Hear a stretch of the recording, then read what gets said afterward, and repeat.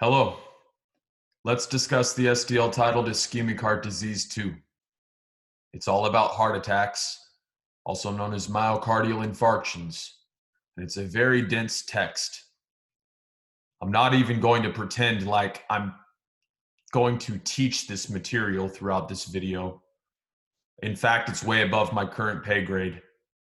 So what I'll be doing is pointing out what I think is important and communicating to you topics that I've heard experts in the field describe as being critical to your understanding of the heart attack as a concept. I'm also going to include some practice questions that I've done, the stems and the answers, so that you are as equipped as I am in breaking down this text and expecting questions from the material therein. So a myocardial infarction, an infarction is cell death, specifically a territory, a circumscribed territory of cell death, and an infarction is one step farther than ischemia. And both are due to hypoperfusion, or the inability to supply blood to a region of functional tissue. And in the case of a myocardial infarction, the reason why your coronary arteries aren't supplying blood to the muscles of your heart is because of a thrombus or a vasospasm. It's usually going to be one of those two things. Either it's a clot or it's a sudden constriction, a clamp down on a vessel or on some vasculature, and that's going to decrease the amount of blood that gets to tissue downstream from that occlusion or stenosis. Now, you've got two types of MIs. You've got STEMIs and non-STEMIs. And STEMIs are worse, and they're transmural infarcts. Non-STEMIs are subendocardial infarctions, which tend to have a better prognosis and less complications associated with them. And we refer to them as STEMI or non-STEMI based on whether or not they present with ST elevation or depression on EKG. And this is going to be the first topic that I attempt to break down into tiny pieces and give to you as succinctly as possible. The ST elevation and depression seen in STEMI and non-STEMI respectively. Now, thinking about an EKG, normally your ST segment corresponds to the plateau phase of the myocardial action potential, in which it's isoelectric, meaning there's no change in voltage, either positive or negative. It stays flat when it comes to voltage. So the plateau phase, which is isoelectric, is represented by the ST segment on an EKG strip. And whenever we see an elevated or a depressed ST segment, what that means is that the baseline isoelectric voltage that the EKG is picking up, that lead is detecting from the tissue, has changed. And if we see an elevated or a depressed ST segment, that does not mean that there has been any change in the shape of the action potential that is propagated down the heart as it contracts. And the reason for that is that the action potential has a conserved shape because it is essentially a waveform. And if you were to think about, if you were holding a rope that was anchored to a wall on one end, and you were to flick that rope, well, you can visualize that the rope would kind of go like all the way into the wall, and then it would stop. And that elevation of the rope is the mechanical waveform of the energy you give to that rope, And so the shape of that waveform is conserved until it hits the wall, meaning it doesn't get higher or lower. And the same thing is going on with an action potential. And by extrapolation, an EKG QRST complex, meaning that the Q is always going to be the Q throughout the entire heart. And you're just happening to observe it at one single point in the heart. And so that's why it looks different across different leads. But in reality, the general shape is conserved, and it is the same no matter where it's going. And with that in mind, that means that the ST segment has a constant voltage, just like the QRS has a constant voltage. And it only looks different across leads of an EKG because we're looking at it from different angles and we're measuring change in voltage, not voltage itself.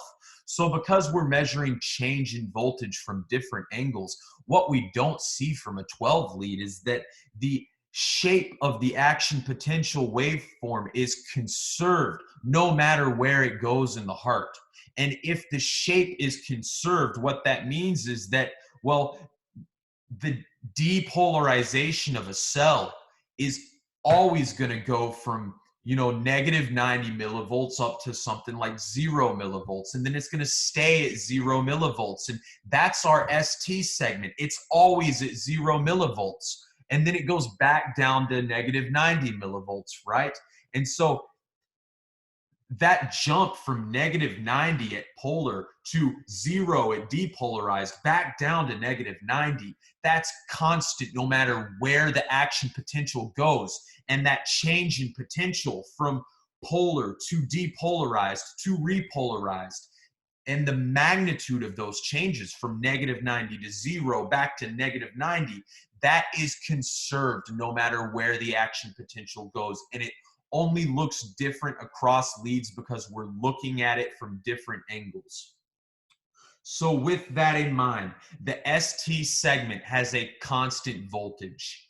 And anytime we see ST elevation or depression, what that means is that the resting baseline isoelectric voltage of the tissue that we're observing with a particular lead has changed. It has either increased or decreased. And whenever the resting potential of a tissue increases, well, then the ST segment is going to appear lower in relation because you're raising the baseline of the isoelectric point and you're not changing anything within the QRS complex. So if you raise up the isoelectric point in between QRS complexes or in diastole, but everything in systole stays the same, meaning the shape of the waveform stays the same, then the ST segment is relatively depressed in relation to the resting potential of everything around it. And that's what a non-STEMI is, a subendocardial infarction. Because remember that the coronary vessels penetrate the heart and flow from the outside inwards. So if there is an occlusion of flow, then the innermost tissue or the subendocardial layer is going to be the first thing to die. So if that occlusion goes away, for example, if we bust the clot, before the entire thickness of the ventricle dies, then only half of the thickness of the ventricle is going to be gone, and then the other half is going to be functional myocardium that can still conduct an action potential. And I have illustrated that on the left side of this PDF here. And I'm going to look at this illustration now and break it down so that you understand why we see a depressed ST segment in a non-STEMI. So the L right here on the left side of the page represents your EKG lead, right? And so that lead is going to spike upwards whenever there's a positive flow of ions towards that lead. And then it's going to go downwards whenever positive cations are going away from that lead because it's a cation detector, right? So in the case of a subendocardial infarction, the layer of tissue farthest away from the lead inside the heart has died. But then the epicardium and the outermost myocardium is still there. So you need to be able to understand that the area of infarcted tissue is going to be depolarized. And that's because you have to have intact membranes to hold a polar potential across. And if you don't have intact membranes, as is the case when you're ATP depleted and you can't maintain an ion gradient actively, well then that just means that this area of infarcted tissue is a bathtub of cations with homogeneity to their distribution. There's nothing that says sodium stand over here, potassium stand over here. It's just cations in a pool. And so what that means is that this pool of cations has a higher potential in relation to the living cells that sequester potassium inside them so that they can stay more negative on the inside than they are on the outside. And so what this boils down to is that the charge of the infarcted tissue is more positive than the charge on the inside of these healthy cells. And so because charge is going to want to flow into these cells that are hyperpolarized, charge is going to move towards the lead on the surface of the skin. And because due to the infarcted tissue, there is a constant low intensity movement of cations through the intact healthy tissue from the infarcted tissue and towards the electrode on the skin, that means that your isoelectric baseline in diastole, in between QRST complexes, is going to be elevated.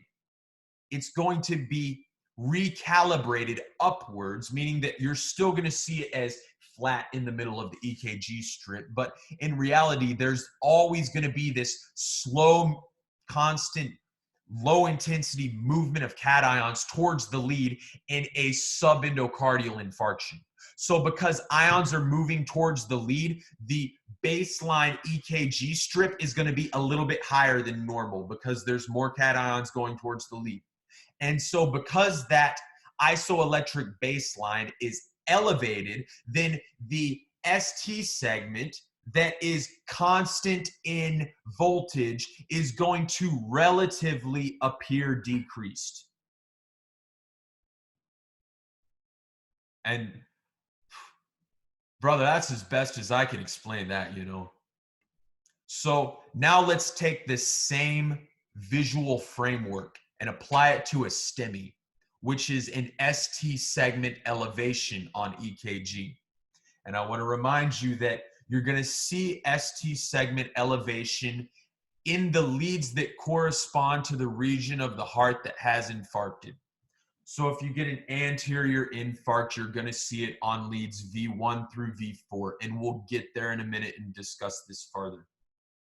But in a STEMI, you're going to see an elevated ST segment. And this is not because the ST segment gets any higher. This is because the isoelectric lines in between QRST complexes get lower. And the reason they get lower is because, well, why would you see a lower intensity EKG reading? That could only happen if there were cations moving away from the lead. And in fact, this is exactly what is occurring in a transmural infarction. You have cations moving away from the lead. And so because they are moving away from the lead, the baseline reading of the lead gets more negative. Because how could it get more positive? It could only get more positive if cations were moving towards the lead. And in a transmural infarction, the reason why there is a net movement of cations away from the skin lead is because the entire thickness of the wall has been compromised, as you see in this image I have detailed in the bottom left corner of page 2 here. And because the entire thickness of the wall has been infarcted, well, at rest during diastole, in between QRST action potentials in this ventricular wall, there is going to be a net movement of cations from infarcted tissue into healthy tissue. And that net movement is going to be perpendicular to where the lead is placed and where the lead is observing on the wall of the ventricle. And so because it's perpendicular, that means cations are moving away from the lead. You know, the lead is not seeing anything moving towards it. And it's not seeing anything moving towards it because this is a full wall thickness transmural infarction. And because cations are being actively pumped into healthy cells on either side of the infarcted area, remember that takes ATP to work the sodium potassium ATPase. That's exactly what's happening. And your cells are coping with the gross bathtub or pool of cations that is now on the outside of it, because, you know, it didn't have to deal with this before. But when you have an infarction, all of the ions that used to be inside cells just get spilled into the extracellular space. And so the surviving cells that are outside of the infarcted area have to maintain electrical homeostasis in the face of all of the cations that they are just now being blasted with, you know? And so they do this by using the ATP that they have to move ions back and forth on either side of their cell membranes and maintain a gradient. And so what that looks like is a bunch of the cations that get spilled out into the ECF as an infarction occurs, get moved into the healthy cells and then passed down through healthy cells, and they diffuse down their gradient, you know, in an attempt to clear those cations out of there. So that's why there is a net movement of cations through the wall of the ventricle in a transmural infarct, which happens to be perpendicular to the direction in which an EKG lead is pointing, which means that the net movement of cations is away from the lead, which means that the baseline isoelectricity that that lead is measuring is going to be down compared to normal, which means that the ST segment, which is constant and does not change, is going to relatively appear up compared to normal. So if you've stuck with me through that, thank you. That's the mechanism for ST elevation or depression. Now that that's out of the way, what we know is that we've got two types of infarctions. Non-STEMI, ST segment goes down. STEMI, ST segment goes up. Non-STEMI, subendocardial. STEMI, transmural. Subendocardial, ST segment depression. Transmural, ST segment elevation. And once you know that, the rest of this SDL opens up before you, and it's easy. Because all these patients are going to present the exact same way, yo. They're going to have chest pain, and it's going to be a crushing, constricting chest pain. Feels like someone's sitting on their chest. It's not going to go away with rest. It's probably not going to go away with nitroglycerin. And they might present with a headache. They'll probably not present with a high blood pressure. And that'll be it. It's a pretty classic presentation, but it's very, very common. So you have to understand why you see what you see on an EKG, because an EKG is one of the three components we use to diagnose myocardial infarctions. And in fact, you need two of three things definitively before you can diagnose MI. You need symptoms that persist. You need an EKG that corresponds to a STEMI or non-STEMI, and you need cardiac biomarkers. CKMB or troponin I. And if you have two of those three things consistently, then there's your diagnosis, myocardial infarction. So the remaining important point that I saw on this first page of the SDL was the circumferential infarct. And I have seen that mentioned in a question stem where they presented it as basically tiny little spots of infarction, and they described it as being around both ventricles. And as you know, that would be very unlikely for a clot to get into the right and left coronary arteries at the same exact time, you know. So you're thinking that, well, the only way you could infarct the heart globally at once is if there's a global hypotension or a shock, which is a global hypotension. So that makes sense, right? If the entire heart is knocked, well, what's more likely? There's a hypoxia in your blood, there's a hypotension, or you just got a clot in your RCA and LCA at the same time? I don't think so. I don't think so. No. So you're gonna see the circumferential infarct in the event of, I just got my leg blown off by a grenade, or maybe like I just got a knife to the chest, you know, and I'm bleeding out all over the place. And so that would be the sort of scenario in which you're like, okay, circumferential infarct, that makes a lot of sense. And multiple foci was one of the phrases I saw in a question. And again, it mentioned both ventricles. So know that that's due to a hypoperfusion. So let's get into this section titled Topography of AMIs. And this is going to be a test question. You will get one test question, bare minimum, on this upcoming exam. One question on your boards, bare minimum, that just tells you or shows you the part of the heart that's knocked out, and then you have to figure out which artery the clot started in.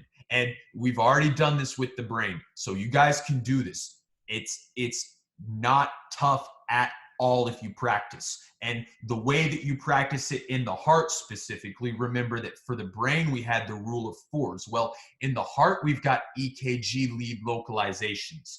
And what that means is that if you've ever seen this little chart here with the leads laid out in a 4x3 manner, to where you, and then you draw the shapes on them and you say, okay, the RCA, that's going to be 2, 3, and AVF, you know, this is why you're learning that.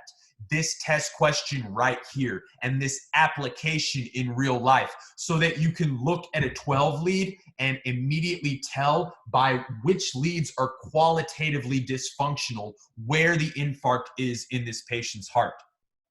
And if you do this enough, you're going to get the sixth sense for it, and you're going to be able to just immediately say, oh, there's that V1 through V4 dysfunction. This is a widowmaker infarct. This is your anterior interventricular artery that just got a clot in it, you know? So I am unsure as to whether a test question would go to these lengths, you know, because that's a hard question. And depending on how hard they want to make it with the histopathology, that could be a question that's out of your league. You know, that could be something you see when you're really going for your boards, not your step one, you know. So just understand that this is why you're learning what you're learning when it comes to the 12 lead chart. Look at the dominions of the heart that are supplied by each artery here on the left, and you understand that by looking at the heart from different angles, we interpret the locations of infarction or cell death based off of which leads are dysfunctional. So the big point to take away here is going to be the anterior septum is your left anterior descending, and the posterior septum is going to be your posterior descending, which 85% of the time that's a branch off the right coronary artery. And the sidedness of the posterior descending artery is what determines if you're left-sided or right-sided, left dominant or right dominant in terms of your heart circulation. So if you ever hear someone referred to as right dominant, what that means is that their posterior descending branches off of their right coronary artery. So that's really important, because most of your conduction bundles are in the anterior portion of your septum. So a left anterior descending infarct is going to knock those bundles out like nothing else. And then your AV node is in the posterior part of this. So the RCA is going to preferentially impact the AV node itself. And then you see the left circumflex gets its little thing off to the side here. And so you'll be able to spot a left circumflex by changes in V5 and V6 leads, because those are what look at your chest from the most lateral perspective. And then you will see the opposite changes in 1 and AVL, because those are looking at lateral from the other side, you know. So and that's another big principle, is that, well, if so, let's say that you had an ST elevation in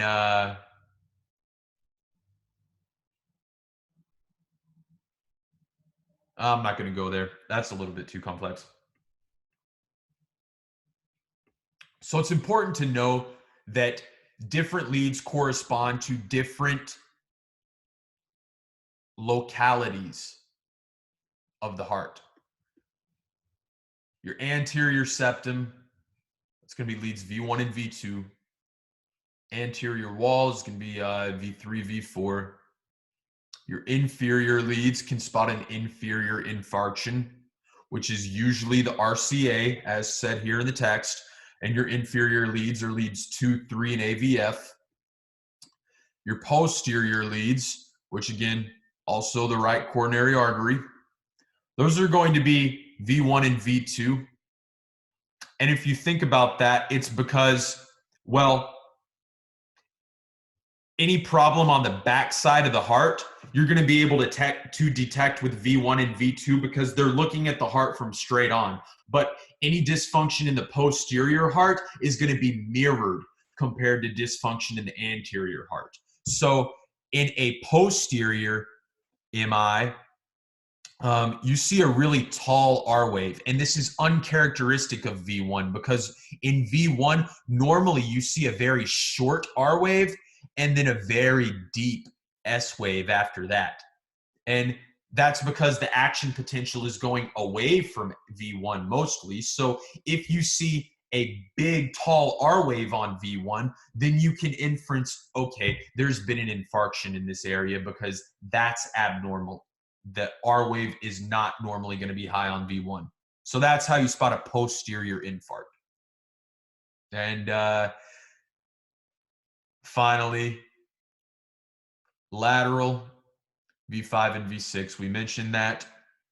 And looking at these cross sections one more time, it is absolutely fair to give you a cross sectional slice of the heart, and then we'll say that part of it's going to be pale, right? And pale means the tissue's dead.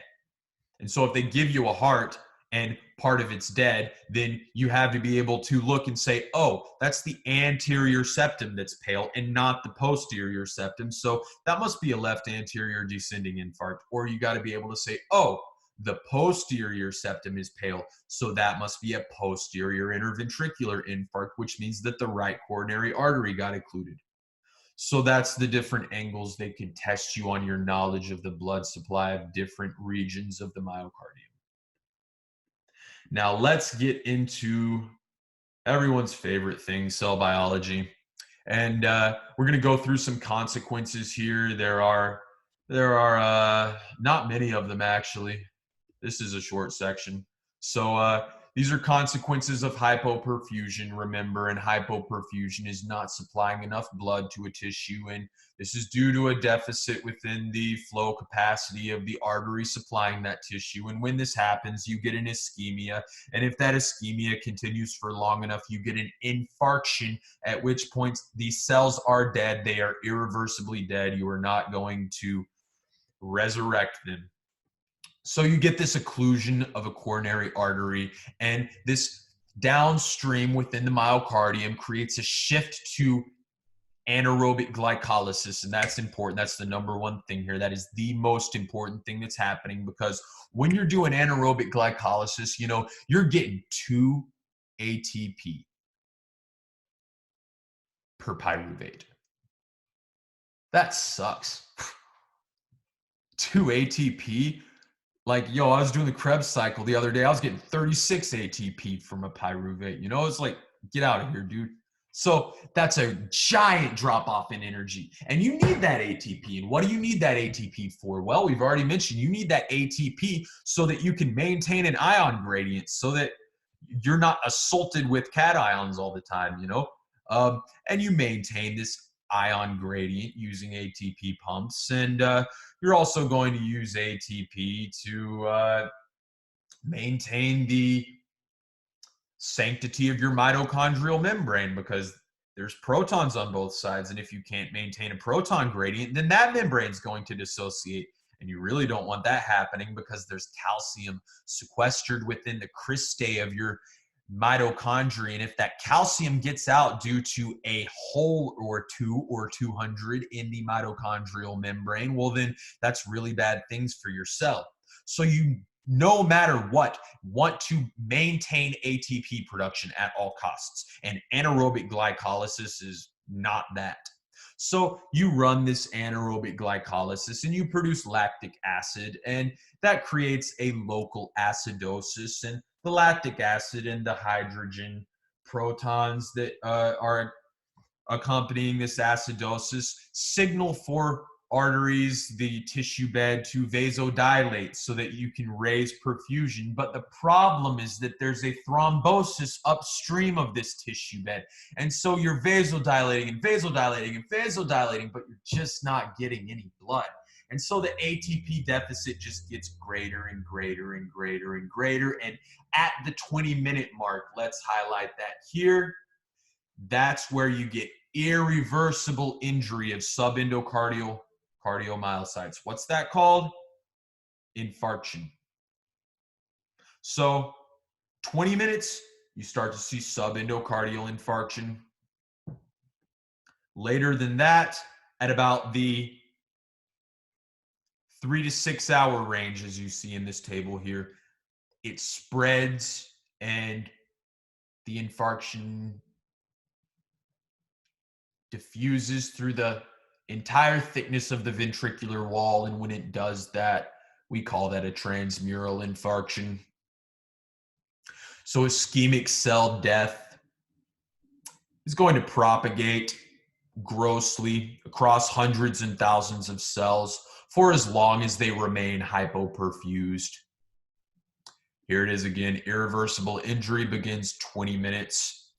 That's why the number one mortality factor in acute MIs is how soon the patient picks up the phone and calls 911, because, you know, there are a lot of John Waynes out there and Will Smiths who are like, chest pain, buddy.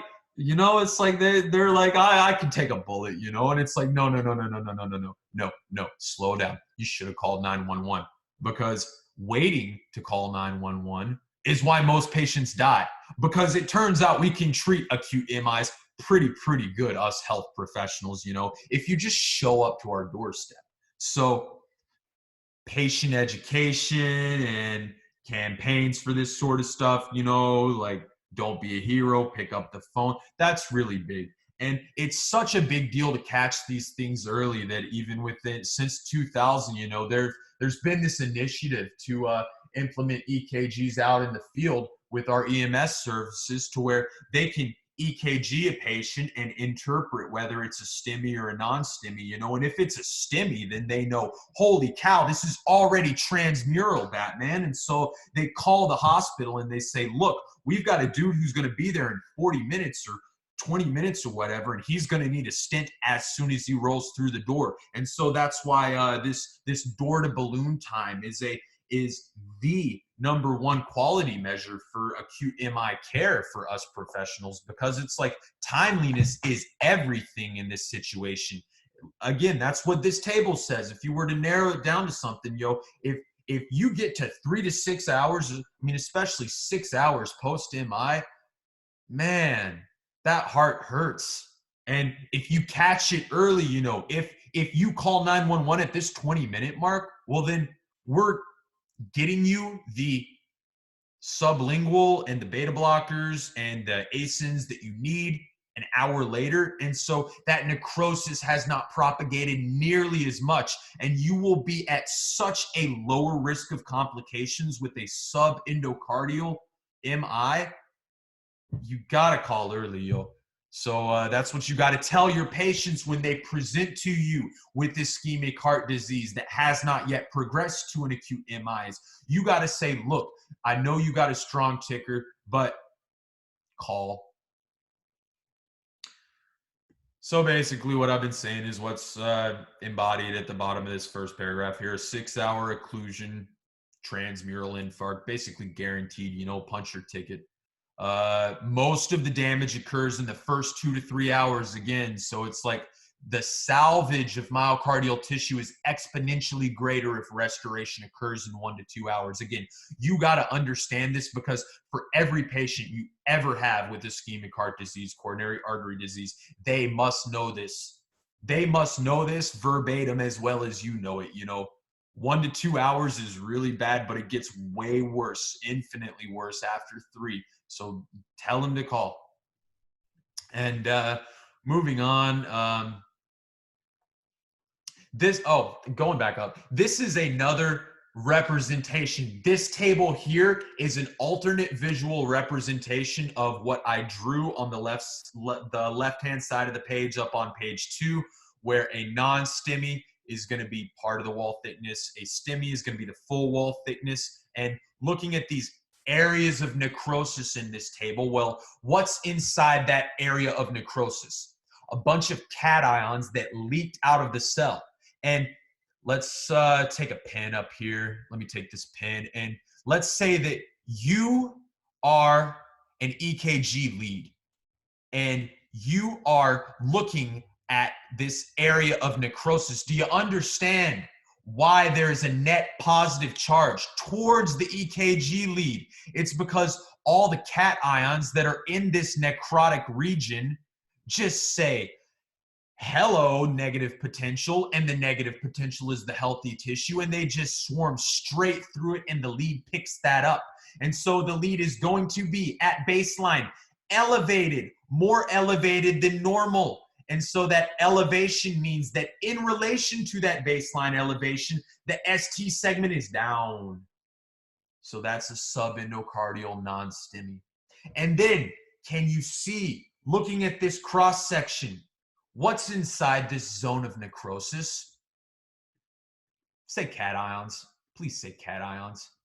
So all these cations, and you got your EKG lead here, out here, and it's looking at this necrotic region of the heart, right? And so these cations, are they going towards the lead?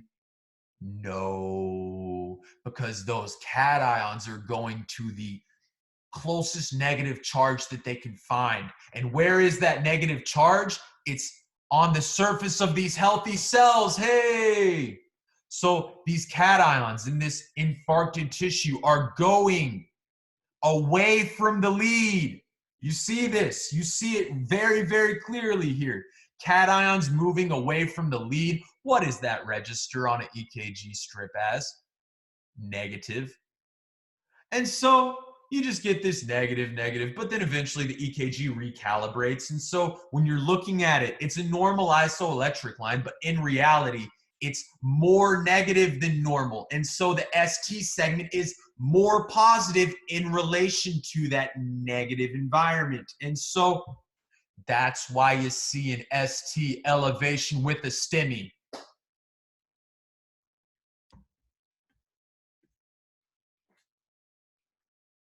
Moving on down, collateral flow is protective. I think you understand that, and we'll be able to apply that tool to any test question.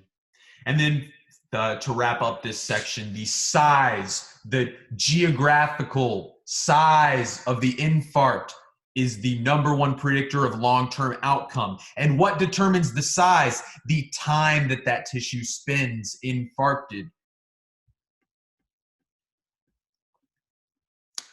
So now we're getting into a section called Pathology of Acute MI, and I am going to be stone cold honest. Pathoma does this section 10 times better than I could ever hope to do it, and 10 times more efficiently. So if you want a video and a dude talking about what you see on gross and histopathology during an acute MI, go listen to Sitar.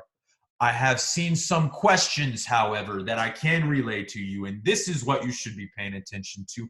I have done these practice questions, and they are all going to say, okay, after X number of days, what's the histopathologic change?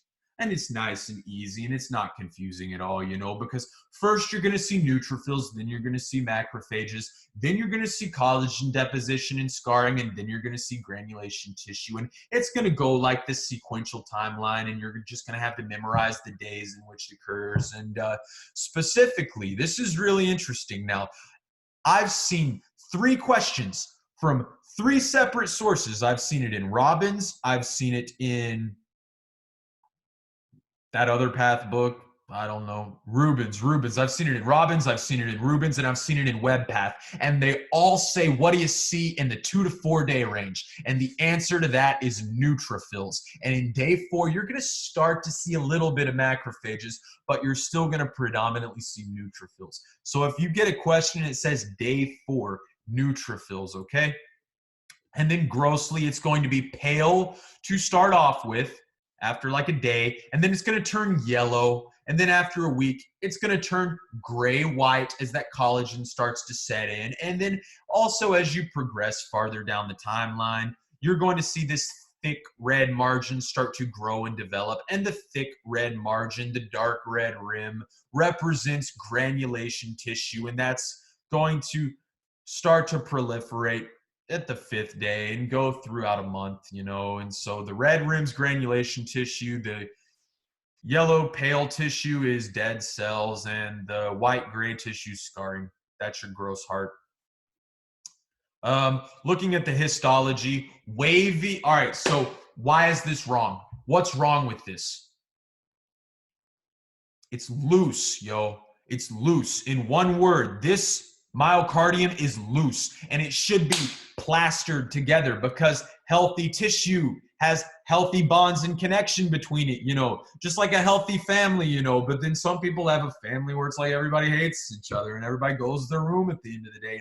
That's this family here, you know. And so that's how you know that some tissue damage has occurred within your cardiomyocytes. And if I were to say that there is anything particular you ought to know cold for histology and for interpretation of cardiac histology, it's that neutrophils are polymorphic nuclear cells, meaning that they have these weird multinucleated nuclei, you know, multilobulated. They'll have like 4 or 5 different nuclei all attached together, whereas your monocyte is so termed because it's really just got one nucleus inside of it.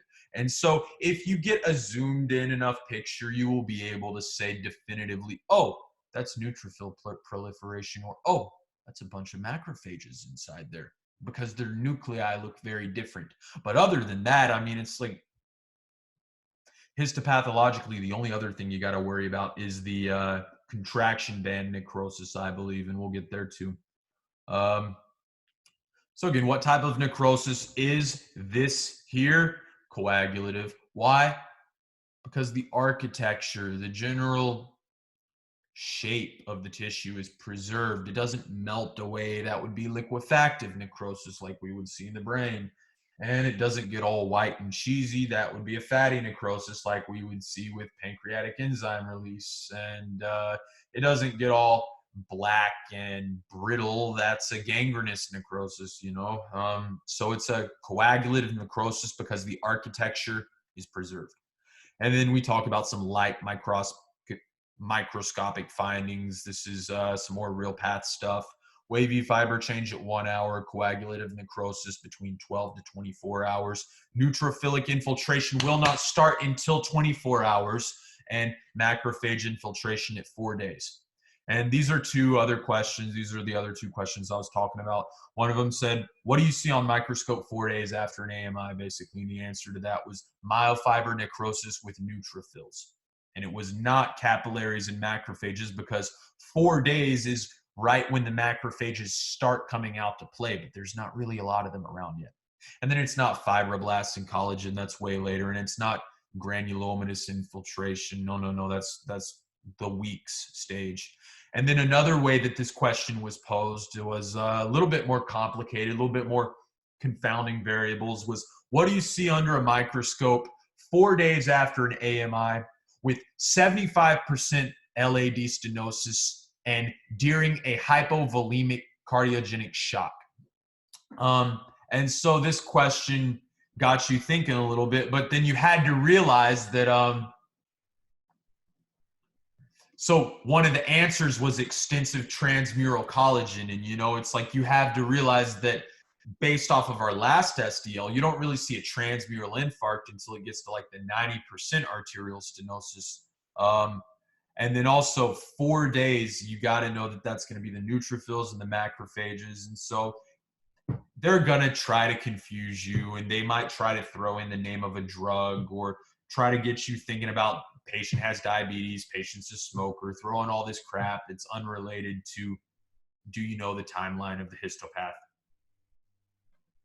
So let's get into reperfusion. And if perfusion is the delivery of blood to a tissue and hypoperfusion is the failure to deliver blood to a tissue, then reperfusion is the reperfusion. You get it. You're not dumb. So we do this therapeutically with tissue plasminogen activator. That's a thrombolytic or a clot buster, and that's going to work by remodeling a clot. It's basically a pair of scissors that's going to go in and cut apart all of the fibrin strands holding it together. We also give aspirin, which is a platelet inhibitor, and we give heparin and then warfarin, because warfarin takes a little bit of time to kick in, but that's going to be our standard regimen. The TPA is kind of a hit or miss, you know, because a lot of patients will respond really well to sublingual nitroglycerin, and so we can just start them on an aspirin and tell them to keep taking a baby aspirin and a warfarin, and that'll be our drug regimen for these patients to start with. So contraction band necrosis. This is important. And the reason why contraction band necrosis is important is because you see it right off the bat, number one. Number two, you can see it even in non-STEMIs. And let me rephrase that.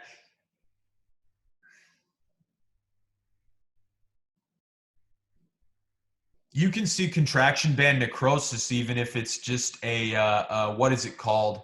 Unstable angina. Yeah, because that's going to be a hypoperfusion, then a reperfusion. So technically you could see that there too. So it's indicative of the reperfusion of a dry bed of tissue after it's been deprived of fresh blood for a while. And when you put more blood into this area, well, that can damage cells. And it can cause an exaggerated contraction of myofibrils overlapping with the timeline of reperfusion.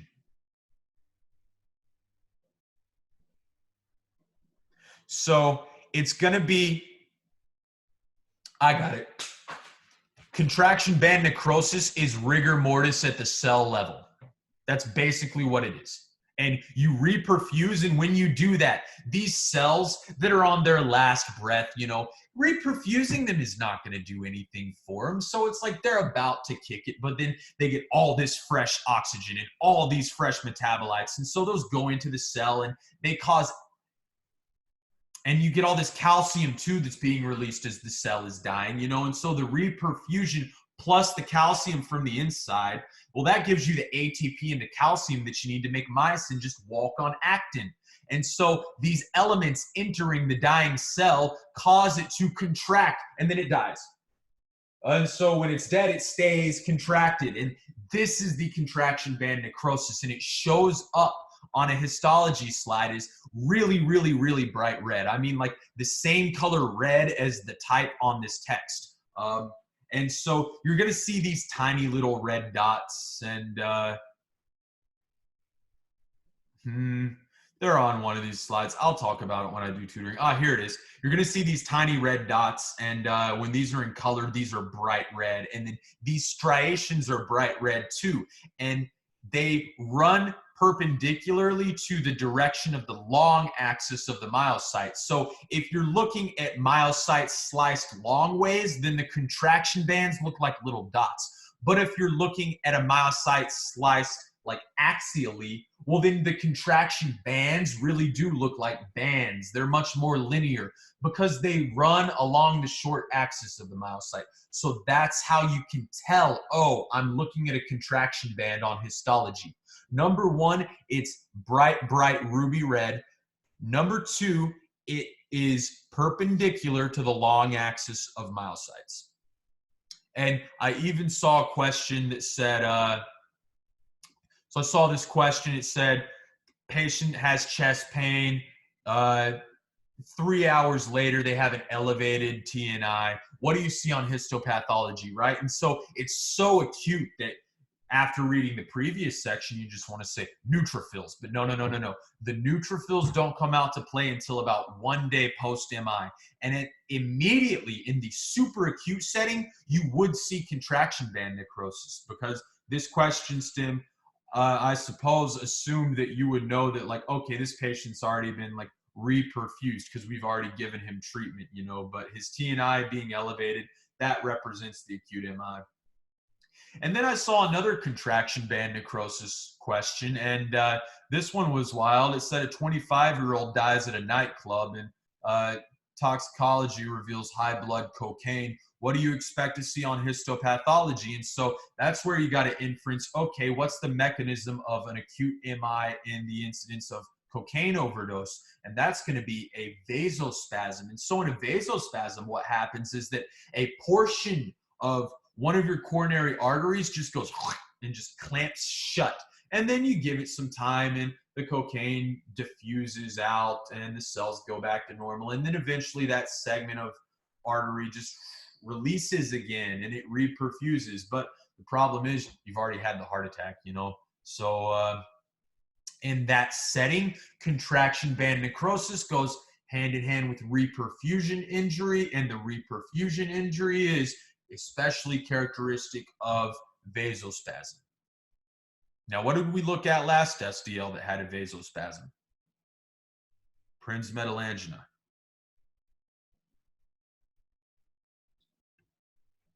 So in the case of cocaine, it's you get a lot of catecholamines, and those are going to bind the alpha-1 receptors in your coronary arteries. But cocaine is also a serotonin agonist. And we know that serotonin binding the serotonin receptor mediates vasoconstriction. We know that dopamine can vasoconstrict. There are a lot of different chemicals that can vasoconstrict. Thromboxane A2 can vasoconstrict. So understand that vasospasm is a really creative way of testing you on your drug interactions and seeing if you know what does what. So getting down, I kind of said this using 1,000 times more words, but the gist of it is that there's this burst of blood back into tissue, and along with the blood comes oxygen. And the problem with that is it's so much oxygen at one time that, well, you can't use all of that oxygen at once. So what's oxygen do? Well, it's the terminal electron acceptor for the electrons that we pull off of carbon and put onto NADH2, that's an electron carrier, and we take them to the mitochondria and we send those electrons through the membrane, through these different protein complexes, and eventually they get plugged onto oxygen, and that's water. And that's the end of our electron transport chain. And the problem with reperfusion is that we get so much oxygen that we can't run our electron transport chain fast enough. We can't metabolize the TCA cycle fast enough. We can't tap into our fats fast enough to be able to use all that oxygen. So you've got a lot of excess oxygen floating around within cells. And what is that oxygen getting used for if it's not getting used for oxphos? And the answer to that's nothing. And every single diatomic oxygen floating around your cell in the event of reperfusion is a big old target for free radical injury, because that diatomic oxygen has a lot of valence electrons.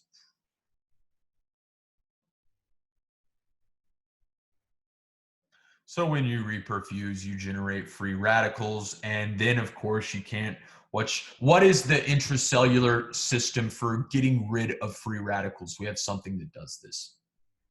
It's glutathione peroxidase, or that GSSH thing, remember? And then it's replenished by NADPH, and that's why you need your pentose phosphate pathways to be able to replenish that NADPH.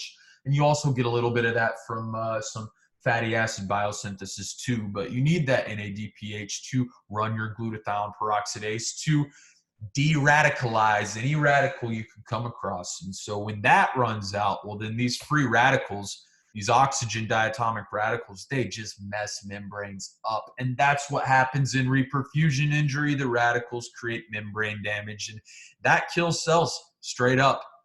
The ischemia might not kill cells, but the reperfusion sure can.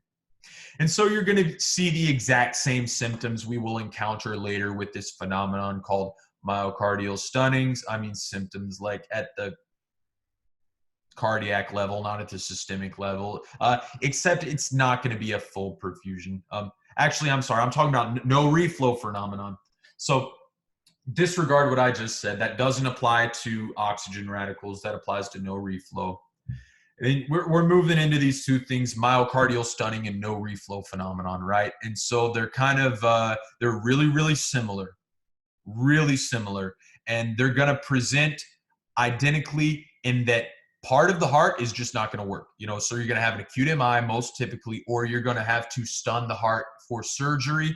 And then when you wake the heart back up, when you put blood back into it, well, either the blood doesn't want to go into the myocardium, that's no reflow phenomenon, so the heart won't beat in this one particular area that's not getting blood, or the blood goes all the way back into the myocardium, and for whatever reason, that region that's getting perfused just still won't beat. And that's called myocardial stunning whenever there is reperfusion, but one particular area of the heart is not beating. And so when that area of the heart is not beating, because it's not being fully perfused, because there's clots in your microvasculature, that's no reflow phenomenon. I don't know how that gets tested. I've never seen a question involving it. But myocardial stunning has some real world relevance, because again, there's a lot of AMIs out there. There's a lot of stenting procedures out there. There's not a lot of open heart surgeries out there, but because there are a lot of stents out there, you know, we kind of induce myocardial relaxation, and then we wake it back up again. And so stunned myocardium is a side effect that we fully are prepared to deal with going into some of these vascular procedures. And we think that the mechanism for stunning involves an increase in cytosolic calcium within your heart muscles. And this is going to activate proteases that cut troponin I and inhibit your cells. They directly stop the ability of your cells to contract, because you need troponin I for myosin to walk on actin, right? So if you cut troponin I, well, then in the time period it takes you within those cells to synthesize more troponin I, then they're going to be stunned during that time period. So that's the pathogenesis of that. And then hibernating myocardium. This is going to be sort of like stunning. You're going to have a stunned region, but it's going to retain some partial functionality because it's got collateral circulation. That's a hibernating myocardium. So let's talk about the pathophysiology of acute MIs. And by this, it's like, well, okay, if there's a heart dysfunction, then how does your total blood flow systemically get affected by that? And the answer to that is that your cardiac output goes down, because your stroke volume goes down, because your contractility goes down. Say hello, Frank Starling law. And due to all these things, you're going to be unable to perfuse your tissue. And so the end result of this is going to be cardiogenic shock if it's taken to the extreme. And Cardiogenic shock, well, shock is basically hypovolemia, or hypoperfusion on a systemic level. And cardiogenic shock means that you have this systemic hypoperfusion because your heart is not able to pump hard enough. And when you have that exact same direction of pathology, but it's kind of subliminal, it's called heart failure. And before you get to heart failure, you kind of got to have a left ventricular dysfunction before you reach heart failure, unless it's a pure right-sided heart failure. But know that the area of the heart that's compromised by an infarction correlates to the manifestation of different systemic symptom grades. So let's say you have 15% of the heart knocked off. That's when you start to see measurably left ventricular parameters drop. And then 25%, well, that's going to be when your ejection fraction just bottoms out, and it's going to be like 40% instead of 66%, So when your ejection fraction gets low enough, after left ventricular dysfunction gets worse and worse and worse, and your ejection fraction is dropping, well, it gets to a certain point when we say, okay, this is a reduced ejection fraction heart failure. And then that continues, and, if it presents acutely with an exacerbation of the heart's inability to contract, that's all of a sudden cardiogenic shock, and that is associated with a loss of 40% or more of your heart function, specifically left ventricular function. And the infarcted area is first going to be hypokinetic because the heart's always beating, remember? And so whatever portion is infarcted, as soon as it's infarcted, it's going to be hypokinetic. So it's not going to move whenever the heart beats. Or rather, it's going to move less, and then it's going to be akinetic, meaning it's not going to move. And then it's going to be dyskinetic, meaning that whenever the heart contracts, the dead area that has now scarred by this point is going to expand. And then whenever the heart expands, the dead area is going to contract. So again, that's talking about the gross physiology of what you see after an MI. And then you get this consequence of an MI that ties into the gross changes we've discussed in previous pages and the histological accumulation of collagen. It's called ventricular remodeling. And wall remodeling is clinically important because, well, after the wall remodels, you're good, we'll protect your heart, but you're kind of out of the clear, because during the process of remodeling is when the wall is at its weakest. There we go. That's what I wanted to say. If you take one bullet point out of this, the time frame during which the ventricle is remodeling or the infarcted area is remodeling is the time at which that infarcted area is structurally weakest. And you're going to see a lot of neutrophils and macrophages, and they're cleaning out that tissue. They're kind of debriding it so that you can go in and put collagen into that tissue. So in that little time frame between, okay, cells have cleared out the waste, and before you put collagen in, that point in time right there, that point in time before you put collagen onto that infarct, that's when it's at its weakest. And so to prevent a consequence of MI, to prevent a farther MI, or to prevent a rupture of the ventricle at that point, we're going to give beta blockers. We're going to give ACE inhibitors. We're going to give spironolactone. The beta blocker is going to slow your heart rate, and the ACE inhibitors and the spironolactone are there to take sodium out, make you hypovolemic, and reduce your preload. And all of these, we are very, very attentive to getting their blood volume, getting their preload down, because this is the most vulnerable time for the heart post-MI. So clinical presentation, we've kind of talked about this: constricting, crushing pain, elephant sitting on chest. Might see nausea and vomiting, might see epigastric pain, might see atypical symptoms with a right coronary artery infarct, and the traditional radiates up to the shoulder. The left anterior descending almost always presents like that. And on the flip side of that, anytime you see the pain radiate downwards, it's almost always going to be an RCA infarct. Now we talk about plasma diagnostic markers. We're talking about the biochemical diagnosis of MI. Remember that our diagnostic criteria for acute MI include symptoms, EKG, and biomarkers, and patients got to be positive for 2 of those 3 for it to be considered an acute MI. So this is one of the 3. And I'm going to condense this way down. What you need to know is that CKMB is what we use to diagnose reinfarction, and troponin, specifically TNI, is going to be our gold standard because it's the most sensitive and it's the most specific, and it's the first thing that we see.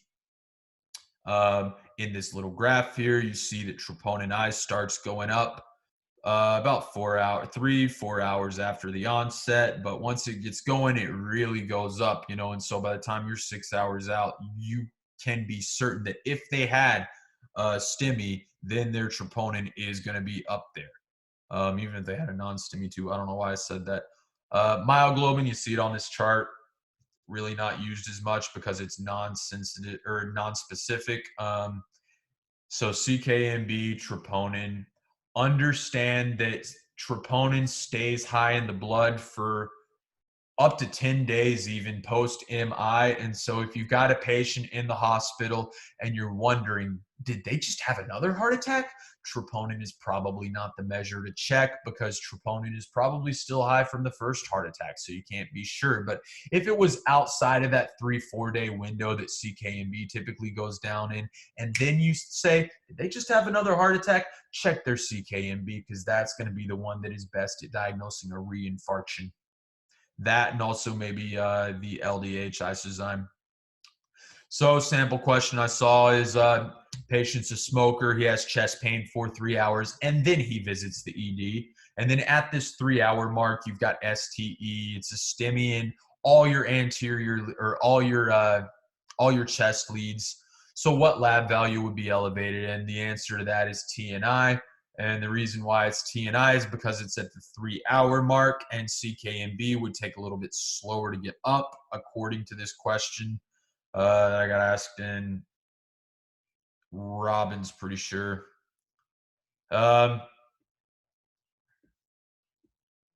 yeah, I know that there's a little overlap in the 3 hour mark, and it's not definitive. Just know that TNI is the gold standard in CKMB diagnosis reinfarctions. And here it is saying that CKMB was previously the standard, but troponin's more sensitive and more specific. Myoglobin, don't use that. Troponin INT, the gold standard for defining and diagnosing MI. Plasma profiles are increased as early as 3 hours. There are the reference ranges. I believe you would be given reference ranges for our in-house exams, and I'm certainly not in some giant hurry to make an Anki deck for reference ranges, like get out of here, dude. So there's that. And again, there takes them a long time to return to normal, so you can't diagnose a reinfarct most of the time with troponin. Then we're looking at diagnosis less than 6 hours. CKMB and myoglobin are sensitive but not specific, and so that also plays into why troponin is the answer to this previous question and not CKMB. It's because troponin is the better answer, and I think it was phrased like, what's the best answer? So troponin is usually the best answer. Can't use myoglobin after 7 hours. LDH isoenzymes, what I got out of this is that you're not looking for the presence of LDH in the blood because it's almost always going to be in the blood. You're looking for a high LDH to LDH2 ratio. And then within a time frame greater than 2 days outside of symptoms. But again, by that point, you've already diagnosed the dang thing. Why would you be wanting to look at LDH? So now, let us proceed into my favorite section of this SDL, the complications section. And this is the most tested part of this SDL out of the entire thing on boards from what I've garnered. because there's a lot of different complications, you know. And so you might see one question on it, but there's going to be 5 different complications as question choices. And so if you're fuzzy, even about 2 of them, if they're mixed up in your mind in terms of the time frame or the nature of the presentation, you know, well, that could be enough to cost you the question if you have to guess on it. So the most common complication of acute myocardial infarctions is arrhythmia. And that's takeaway number 1. I saw this question in 2 separate sources. I saw it in Robbins and I saw it in WebPath. And basically the question was just 3-sentence stem. What's the most common cause of sudden cardiac death? Meaning the patient just drops dead out of nowhere, you know? And the reason for this would be that they had first a asymptomatic myocardial infarction. Yes, those exist. So patient has an asymptomatic MI. As a consequence of that asymptomatic acute MI, they get an arrhythmia and their heart skips a beat and then it doesn't pick that beat back up, and they just die. So that's how the arrhythmia develops out of an acute MI, especially one that's asymptomatic. I've seen that. And then I also saw the question just straight up, what's the most common complication of an acute myocardial infarction? Like they just straight asked the first order question, and the answer to that's arrhythmias. Going off the text, of all patients who have an AMI, 90% develop some form of arrhythmia. In 25% of patients, you see this arrhythmia within the first day following their MI. The risk of serious arrhythmias, such as VFib, is greatest in the first hour and declines thereafter. Sudden death occurs in a large proportion of patients after myocardial infarction, and ventricular tachyarrhythmias are seen in 70% of cases. So that whole paragraph right there is dense, and I would say it's a pretty need-to-know paragraph. Moving on into atrioventricular block, AV block. What are you going to see with an AV block? Well, if the AV node is blocked, well, then your ventricles are going to be a little bit separated. So it could be like first degree, second degree, third degree block, and that could get incorporated into a question stem. And then the rate at which the ventricles are pacing are going to tell you if it's a partial or complete block. And the side of the heart that's affected by the block, that could tell you if it's a left or a right bundle branch block. And those are really common complications of AMI, occurring in 5 to 15% of patients. And they're also commonly tested because, well, you can get an AV block from a right coronary artery infarction or from a left coronary artery infarction. So there's a couple different arteries it can pop up from. And because of that, there's a couple different EKG patterns it can pop up as. And so, yeah, lots of different ways to ask this question. You know, I love it. And thinking about what leads we're going to see again, remember that in patients with posterior infarctions, it's going to knock off your posterior interventricular septum. And remember your anatomy. Most of your conduction bundles are in your anterior septum.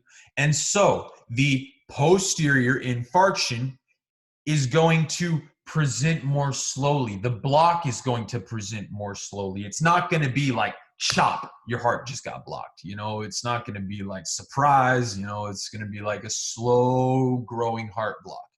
And then some other things that differentiate it from the anterior MI heart block are going to be the escape rhythm being stable and the narrow QRS. And typically you're at least going to be above 40 beats per minute. So that's going to be your posterior infarction, and it could be the inferior infarction too. And remember that we said that was going to be your leads 2, 3, and AVF. And posterior and inferior are both going to be right coronary artery. The posterior specifically is your posterior descending, which is a branch of the right coronary in most people.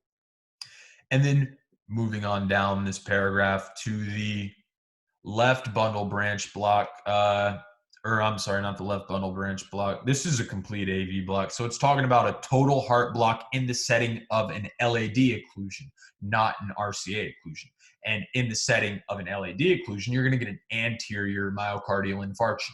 And if you knock off the anterior septum, well, you know that most of your conduction bundles are in the anterior septum. So you're going to be immediately, as soon as that clot hits, depriving most of your conduction bundles of oxygen. And so this type of block does just kind of escalate out of the middle of nowhere. And it is associated with a high mortality rate because, again, especially if you combine an AV block with the myocardial infarction, it'll get bad. But even as a complication or a sequelae of a myocardial infarction, then its AV block is not good, you know.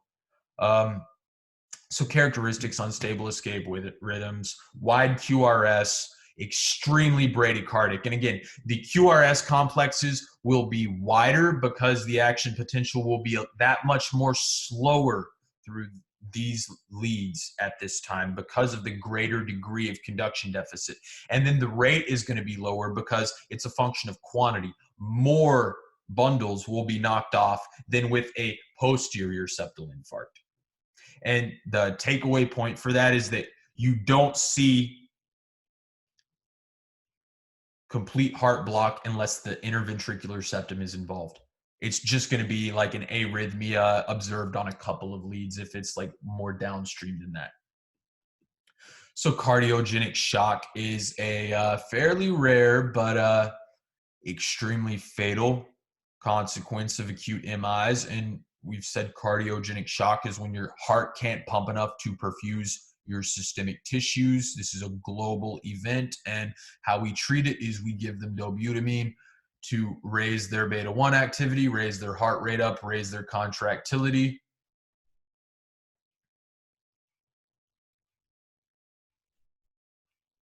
These patients present with cold, clammy skin, and that's the hallmark of a cardiogenic shock and a question stem, and also of a hypoperfusive shock, which is a different mechanism. Hypovolemic, I'm sorry, meaning that they've just lost a lot of blood. But both of those will present similarly in that the patient will be cold, their skin will be pale.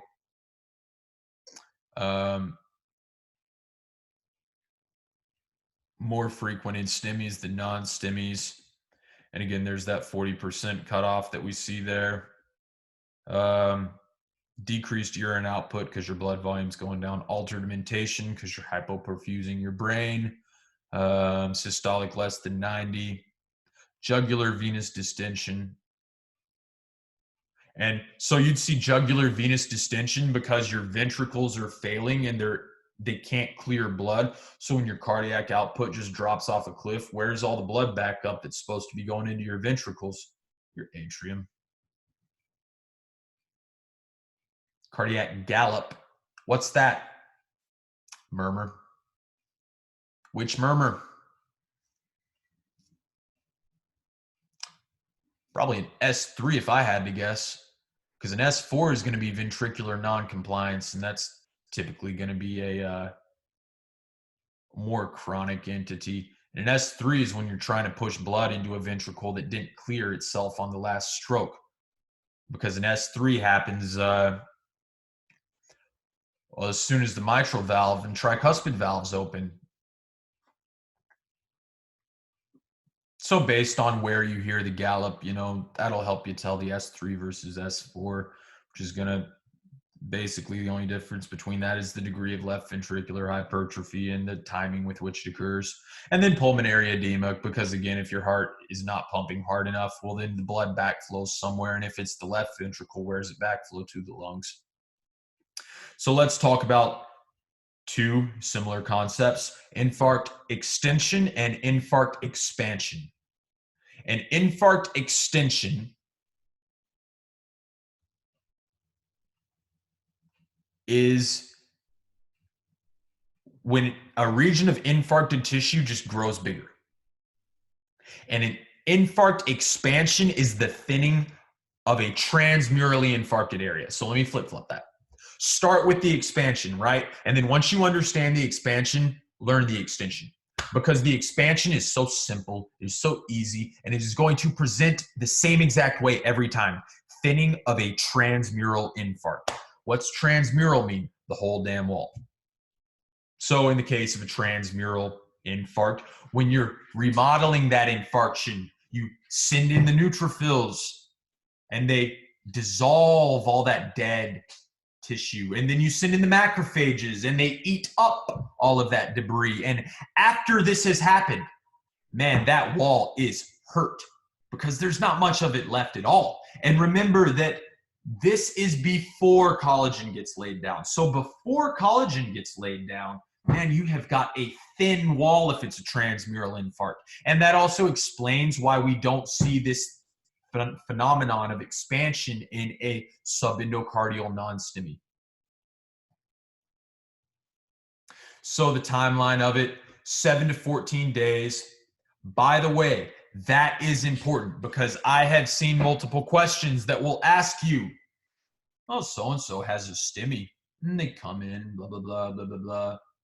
What would you expect the complication to be in 14 days? Or which complication is most likely 3 days from now? And it's such a dumb way to test this, you know, but it is an appreciable concept to know because you are going to be looking for different parameters if you're the internist or the hospitalist in charge of these patients over a long-term stay. And so you're going to be more acutely aware of certain values than others based on where you are in this patient's timeline of care, you know? So in the example of cardiogenic shock, right? Well, that's going to be an acute thing in terms of heart failure. So you're explicitly going to be monitoring like their cardiac output with a heart cath. And so you're going to be keeping your eyes on that. And that's going to be how you measure whether or not they are dipping into cardiogenic shock. And you're going to know that you're measuring it because you're learning it here, you know, like why are you in med school? Why are you reading these paragraphs, you know, so that you can recognize it when it happens. And so every single one of these has something measurable associated with it. And the fact that they're associated with different points in time mean that you need to know, okay, I'm looking for an arrhythmia. I'm hyper aware of an arrhythmia within the first day of an infarct, right? But then a week after this infarct, well, maybe I'm checking an EKG 4 times a day. Maybe I'm not checking an EKG every 30 minutes, you know, because if this patient just had an infarct 12 hours ago, you better bet that I am getting standard serial EKGs on this guy because I want to know the moment he has an arrhythmia, you know. But if you understand and you pull that out of this text, that this consequence becomes way less likely with time. That's how you doctor, yo. Like, that's how you make it a verb. So keep that in mind when you're looking at the timeline of these consequences. Understand how you measure them. AV block. How do you measure an AV block? EKG, you know. So there's no time associated with that. There's no time associated with the shock either, but extension and expansion, that's where they start giving you time. And the way that you would measure whether or not your patient is experiencing an infarct extension is based off of the reappearance or re-elevation of plasma cardiac markers.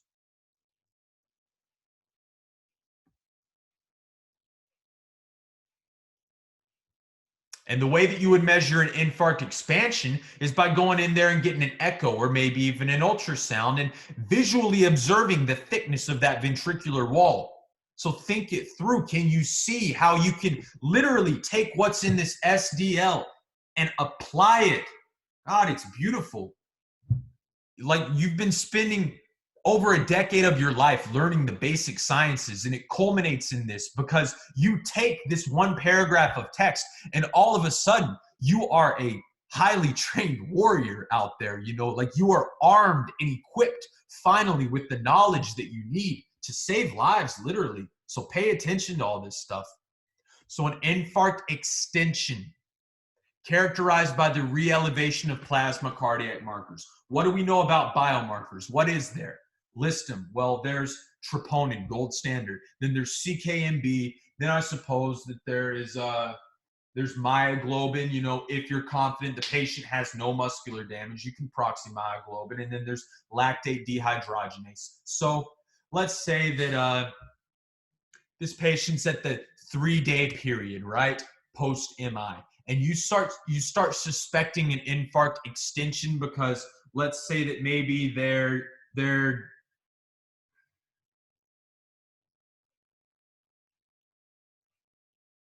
let's say their stroke volume is dropping and you know this by a heart cath.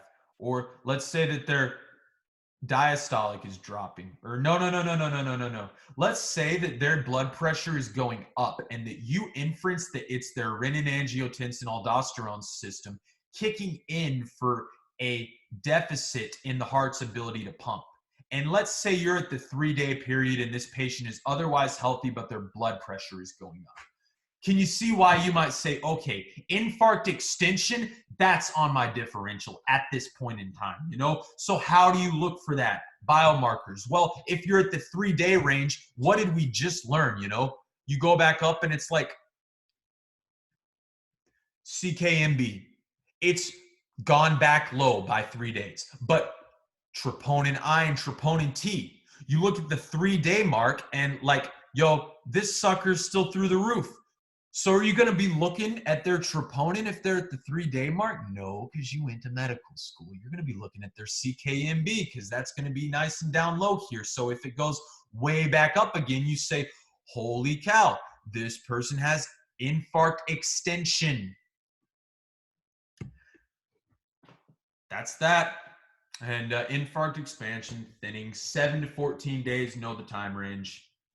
So now let's talk about myocardial rupture. This is dangerous, yo. And we said that a complete block is dangerous, but I want you to know that the myocardial rupture is probably the worst thing that can happen post-MI, especially this free wall rupture. You know what that is?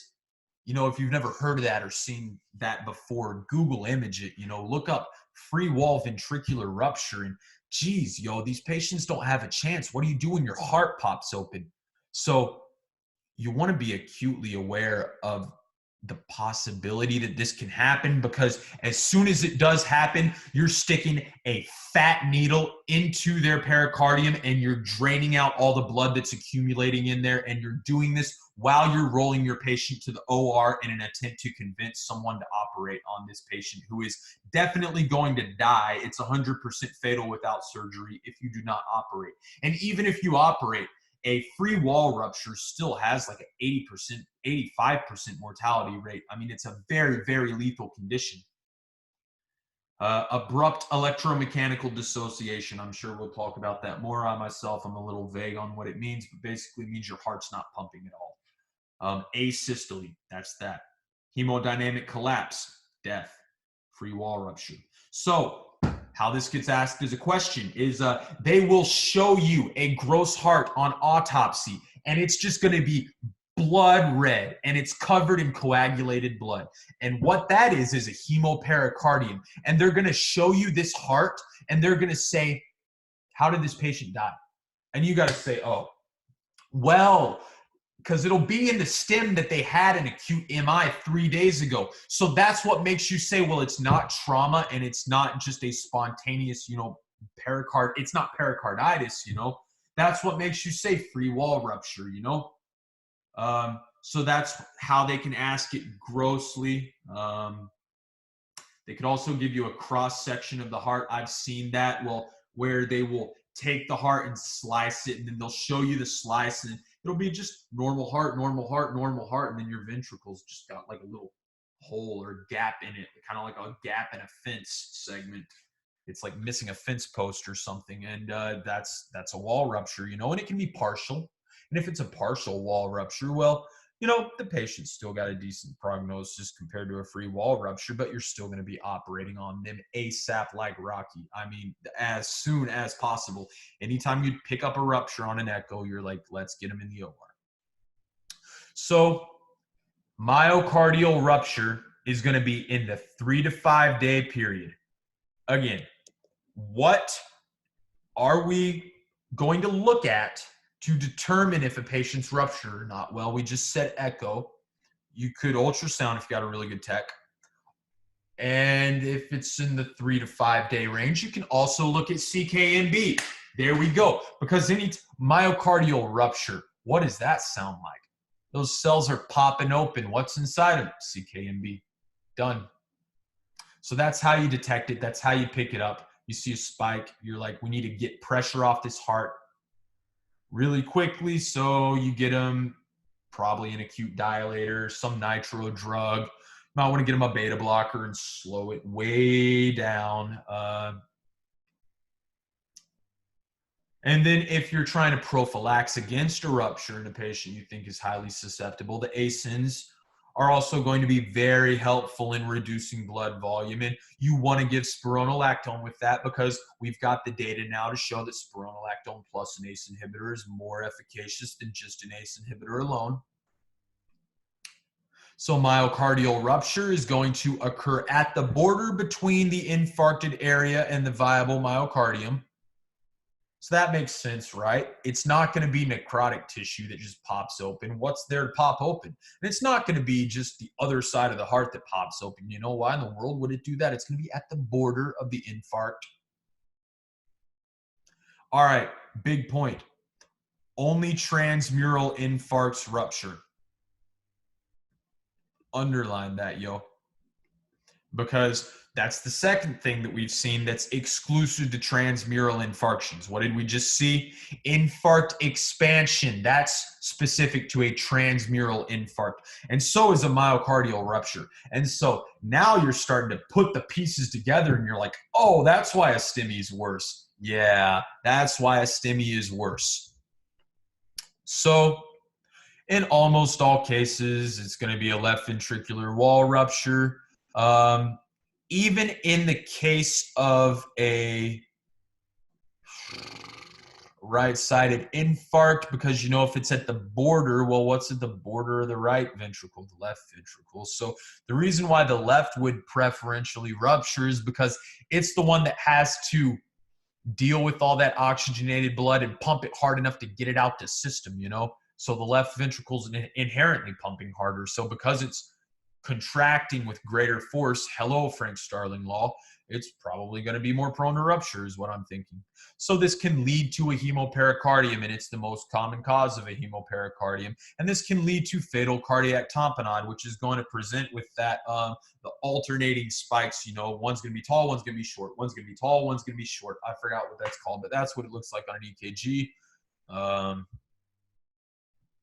You can get a septal rupture. So you can get a wall rupture, and that can be partial or full, or you can get an interventricular septal rupture. And if this occurs, well, then what's a bonus way that you can pick this up? Heart cath or wedge pressure, because all of a sudden you're going to be left or right shunting. So your right atrium, is that going to go up or down? That's going to go up. And your left atrium, is that going to go up or down? Well, the pressure in that's going to go up, because you just keep feeding blood through this pulmonic circuit. So that explains why the left atrial pressure goes up. And then the volume overload on the right ventricle, that explains why the right atrial pressure goes up. So any way you stick a needle into the heart, you're going to be able to tell if they have a VSD that they've developed as a result of an AMI. So that's your left to right shunting mechanism. What can it lead to? Low output heart failure, because the left ventricle wants to be putting all that blood out into the circulation, but it's got to give 30% or however much, 10% off to the right ventricle every time because of this hole in the interventricular septum. So it does that. Then finally, a papillary muscle rupture. I want to explain this. A papillary muscle is this little muscle that looks like a nub, it looks like a thumb, and it's got the chorda tendineae on it, so it's got your heartstrings on it. And what are those attached to? Valves. Good job. So those are attached to valves, and every time the papillary muscle contracts, what's it do? You can see it. Just take your thumb and go like that. It's pulling that valve down. So if you have a papillary muscle rupture, that valve gets stuck on, you know, and that's really not good. because that can lead to a valve prolapse, which is when the flow just pushes that valve back up, you know, or that can just present as a regurgitation, which means that, well, eventually the muscle's just going to scar and heal, and then that valve is always going to be down, which means that you're always going to be pushing a little bit of blood back up into the atria every time your ventricle contracts, regardless of what side it's on. It's usually on the left. And so how does the mitral regurgitation present? Well, you're going to put your stethoscope in, and you're going to take your stethoscope and you're going to put it on the chest of this person who just had an acute MI 3 to 5 days ago, right?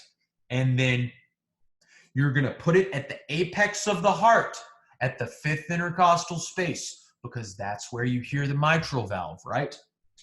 And you're going to shut up and listen. And if there's any dumb medical students in the room, you're going to look at me and you're going to shh, because you're trying to hear whether or not your patient has a mitral regurgitation. And if they do, what will you hear? Somebody say pansystolic murmur. Yes, you would hear a pansystolic murmur, meaning that all throughout systole, or the contraction of the heart, you hear blood just pissing back up into the atria. Should it be doing that? No. What's it mean if you hear a pansystolic murmur, mitral regurgitation in the setting 3 to 5 days post-MI? There's your problem, papillary muscle rupture. This is why you're in medical school. So what are the ramifications of a mitral regurgitation? Well, you get a volume overload on the left atrium. Let's say it's a mitral valve, you know, left side, left atrium volume overload. So that backs up. And then what do you get? Pulmonary congestion. What's that mean? Too much blood in the pulmonic circuit. What's that lead to? Well, the hydrostatic pressure is going to push that fluid out into the interstitium of the lungs, and they're going to get rapid onset dyspnea within the course of a day or two, and they're going to start coughing their head off, and then their blood pressure is also going to be dropping at the same time because they can't maintain systemic volume. And so that's how you're going to say, hey, this person just experienced possibly a partial wall rupture, but maybe a papillary muscle rupture. So you get a scan, figure out what's going on, take them into the OR, stitch them up, and that's the best that you can do. Moving on down, right ventricular infarction. Man, I don't have to read anything else from that paragraph, do I? Acute post-infarction pericarditis. Now, all right, this and what is next, Dressler syndrome, same thing, different time frame. So anytime you get a pericarditis, it's a super characteristic constellation. You have a friction rub, and it hurts to lay down if you're the patient, and it feels a lot better when you're sitting up, right? So that's the two things. Friction rub feels better sitting up. And then also maybe they'll say it hurts to inhale, or like I have problems falling asleep on this bed. I got to have my bed elevated. And if they're telling you that they have a trouble breathing, pain with inspiration, and that they got to keep their bed propped up too, you're like one and one together. Okay, I'm thinking pericarditis, which is coincidentally only associated with transmural infarcts. Can you see now why a transmural, why a STEMI is worse than a non-STEMI? The complications. So you get this pericardial pain and a friction rub. You're going to put your stethoscope up and listen, and it's going to sound like you got your Timbs on and you're walking through 6 inches of snow in 10 degrees at 2 in the morning on your way back to your bed. Clinical course is benign for acute post-infection pericarditis, and you're going to see it 1 to 2 days after an infarct, right? Dressler syndrome. Now, this is pericarditis with an autoimmune cause. It's a type 2 hypersensitivity, which means it's an antibody-dependent cellular cytotoxicity. What's the cell that's getting knocked off? The pericardial cells. This is interesting. This is really interesting. So there's some sort of shape of a protein that gets released from injured myocardium that is shaped like a surface protein expressed on pericardial cells. And your immune system picks that up, and then give it a little bit of time to recognize this antigen, and it proliferates, and then it starts attacking your pericardium. So you see and hear the same symptoms Hurts to lay down, feels better when I'm sitting up, friction rub. But it's going to be 2 to 3 weeks post MI, and it's going to take that long because it is an immunologic reaction that takes a while to build up steam. So that's Dressler syndrome. It's an immunologic hypersensitivity pericarditis. Again, it tends to subside in a few days. It will go away on its own. Now let's get into the cardiac aneurysm. And so an aneurysm is going to be a bulge. And if it's a cardiac aneurysm, especially if it's at the apex of the heart or on the right ventricle, well, here it's only talking about left ventricle. So we're assuming it's always going to be left ventricle, I suppose, because the right probably doesn't get that hurt very often. Or at least the right ventricular infarctions are much more rare. It's usually going to be posterior if it's RCA. But where I'm getting at is that you can see a chest bulge, literally a chest bulge. And I've seen this in a question stem before. Chest bulge, okay, I'm thinking something's up with their heart. Patients with cardiac aneurysms may have heart failure, but actually most die of heart failure and not rupture. So I've seen it posed in questions wherein they'll let you know the patient's got a cardiac aneurysm, but then they'll die in some other way. And then they'll ask you how they died. And they'll give you the answer in the question stem, but aneurysm is there as a total red herring. And they want you so badly to say rupture, aneurysm rupture, but it's not going to be that. I've seen that exact question and I got it wrong. So don't get it wrong. Read it twice, double check it, think.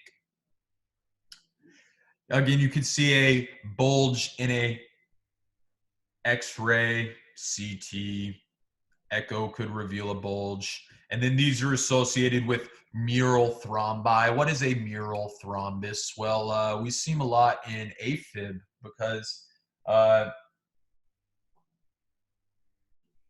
specifically they dislodge in AFib because during AFib, it's like the walls of your atria are shaking. So any thrombi there get kind of forcibly dislodged by the vibration. But a mural thrombus is just a clot on the wall of the ventricle. And when we say mural thrombus, we could be referring to arteries or to the inside of the ventricle itself or the atria. And so you kind of got to use your inferencing skills anytime you hear mural thrombus, because again, it could be an artery, it could be the heart. But mural thrombi are going to form anywhere collagen goes. Where do we find collagen in the acute MI setting? Something like 5 to 7 days out, you start laying down collagen, especially weeks after the AMI, you're remodeling. And this is after your neutrophils and macrophages have cleared out debris. Only then can you go down and start laying a lot of collagen, and platelets can bind to that collagen. Clotting factors can bind to that collagen. So that's why we give aspirin. That's why we give warfarin and heparin, because of mural thrombus, not just for a cardiac aneurysm, but anytime you have a myocardial infarction, you've got a lot of collagen there, and that's a place for platelets to stick, and you don't want that happening. Oh, hey, mural thrombus. I'm dumb. I should have seen this. So a mural thrombus forms in 20% of all cases over the AMI. Anterior infarcts, what's that going to be? Our left anterior descending, which we're going to pick up on leads 3 and 4, 1, 2, 3, 4, more frequently associated with mural thrombosis and embolism. And that's the big thing. You know, I don't care if you get a clot. Whoa, that thing dislodges. Okay, where is it going? Well, if it's the left ventricle, that thing's probably going straight up your carotid, you know, into your brain. You don't want that. Maybe it's going to your kidneys. Maybe it's going to occlude one of your renal arteries and lead to kidney failure.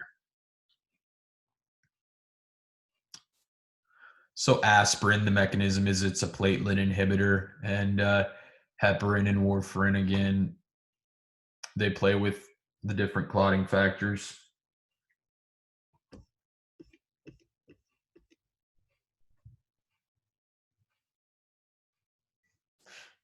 That's a hell of an SDL. If you made it this far, thanks.